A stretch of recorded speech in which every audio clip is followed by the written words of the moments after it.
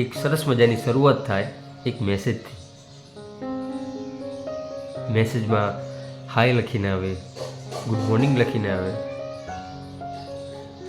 અને એવી રીતે ધીમે ધીમે સોશિયલ મીડિયામાં જે એની પર સાથે જોડાયેલા છીએ એની એક સરસ મજાની મેસેજથી આપણી શુભ શરૂઆત થાય.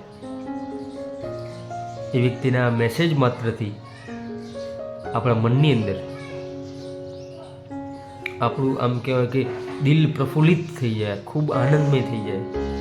કારણ કે એ વ્યક્તિ સાથે આપણે લાગણીથી જોડાયેલા છીએ. આપણા સંબંધો એ વ્યક્તિ સાથે ખૂબ ગાઢ અને ખૂબ અંતરના છે. પછી એ ગમે તેટલા લોંગ ડિસ્ટન્સ હોય, ગમે તેટલું અંતર હોય, એ અંતર એમાં કોઈ જ કામનું નથી જો સંબંધ અંતરથી હોય. કોઈ પણ વ્યક્તિ સાથેનો સંબંધ જો દિલથી રાખીએ તો પછી તે ગમે તેટલા દૂર હોય કે ગમે તે કન્ટ્રીની અંદર હોય,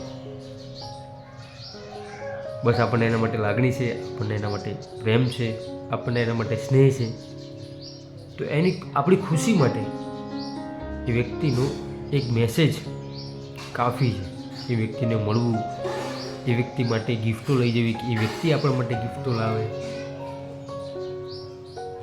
એની સાથે ટાઈમ સ્પેન્ડ કરવો, આવું કંઈ જ ન હોય તો પણ ચાલે જો સંબંધ દિલથી અને સંબંધ સાચો સારો હોય તો.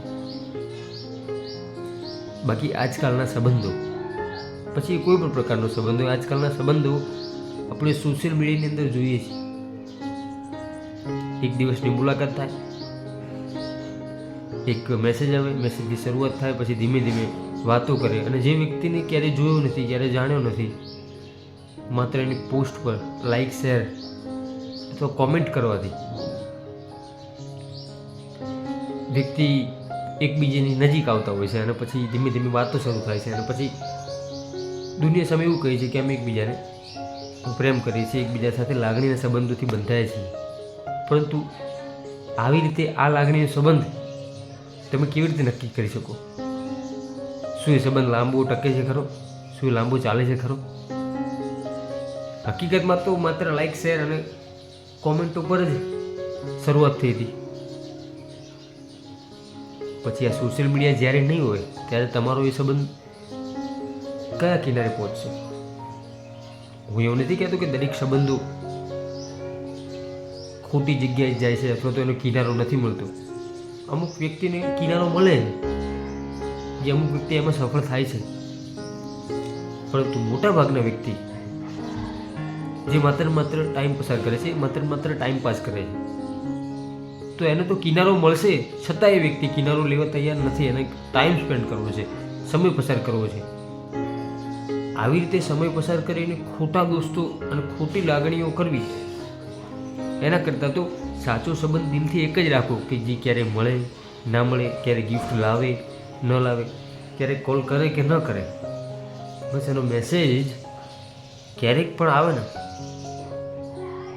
તો મન ખૂબ આનંદિત થઈ જાય, મન ખૂબ પ્રફુલ્લિત થઈ જાય.